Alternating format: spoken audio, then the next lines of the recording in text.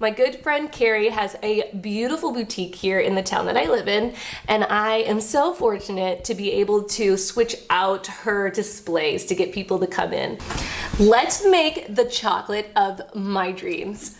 Giant chocolate, chocolate everywhere. Like, give me all the chocolate, except for white chocolate. Really a fan of white chocolate. Dark, some milk. I digress. So let's jump right in. Let's pop right in. Corny, isn't it? I took a trip to the dollar store and I was able to find different kinds of shapes via these plastic containers, and I used all different kinds. So from rectangles to squares to ovals and circles, I was able to find the perfect chocolate shapes for $1.25, as we all know now, right? Let's talk about how I made these come to life. So first, let's start with our popcorn bin because it's the only one that has like decoration on the outside.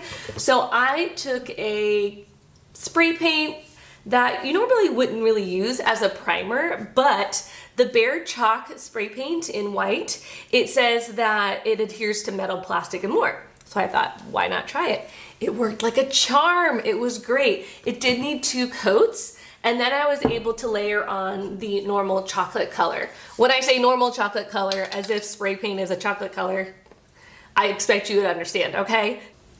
I used dark browns and light browns and different settings like matte, glossy, hammered even. And I love the Behr Spray paint, how it actually stuck to it. What you're going to do is you're going to head to Michael's or wherever you can find this and get this plastic kind of feeling poster board. So how you get this shape is you go ahead and you determine what length you want. If you're having trouble with what width you would like, make sure to measure it. I'm okay with just freehanding this and winging it per the usual. So accordion style means to fold it back and forth, back and forth. Use the back of your nail or something tough to kind of push that down, and that creates this wonderful crease. Crisp crease. Say that 5 times fast. Now the most important part, so that we can adhere it to our buckets, our pails, our chocolate, is to go ahead and fold the bottoms, but cutting at the creases. This will allow you to make a tab. Just gonna cut right up. Wherever there's a crease, wherever there's an accordion fold, you're gonna cut it and then fold it over. Once that's complete, you take your chocolate, bottom side up, see that? Bottom side up, and you're going to put it on the sides.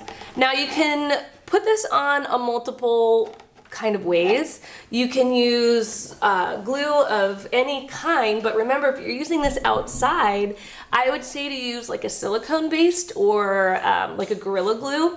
Because this is going to be covered and all that, I went ahead and picked up my Ryobi glue gun because I love this thing. Because all I need is this one battery, put it in, press on, and look, I'm completely cordless. Love this thing. I love it. You're just gonna add the glue to the bottom like this. You're gonna hold it on. Boop, boop, boop, boop. If you're afraid of getting burned, go ahead and use some kind of clothespin, and that should do the trick. Then when you flip it over, you have the chocolate wrapper, right? So good. Yeah. Yeah. You can use something as simple as ribbon to weave back and forth to get this chocolate-like look, like with the drizzle. You can use this tubing I found at the Dollar Tree. The texture was really fun and 3D, and I was able just to spray paint it and then glue that on as well. And you can even just use a darker or lighter shade of spray paint to create that chocolate layered look as well. So to adhere it to the 2x4 that I already put in front of the glass, I was able to then grab my Ryobi staple gun. I love this thing, and this is why I put the 2x4 in front of her window, so it'd be easy to take off and reinstall. Using the same battery that I used for the glue gun, I'm able to use it for my staple gun, and I'm ready to go. I mean, come on, it's crafter's dream. Crafter's dream. I was able to finagle my staple gun inside of my plastic here, the wrapper that we made, and that is how it's actually being held on. Because the chocolates are hollow, they wouldn't be able to staple that through. So they're all being held on by this, which is why we need to make sure that it is definitely adhered to the base of the chocolate. We need to have a heart box for all these chocolates to go in, am I right? So I picked up this corrugated plastic. Corrugated plastic is simply just a plastic board that I got at my local Home Depot, and I'm able to easily cut this with a razor blade or even scissors. The great thing about it is you're gonna be able to shape this any way that you would like.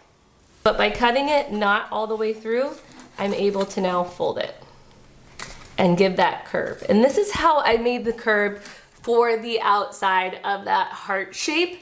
And then I added some glue to the top, glue to the bottom, one at a time, stacked it, and voila, there's a heart. Finish it off with some beautiful spray paint, and you can put a logo on it. And I wanted to add this kind of cellophane to it to make it even more of a Valentine's Day look, like as if it was opened. And also this was a way to hide that 2x4, but also bring in the boutique's color, which is pink, you know? So I don't know about you, I love this project and I hope you too. It is oh so sweet, but like for real now I need to go find some chocolate. Until next time, see you later.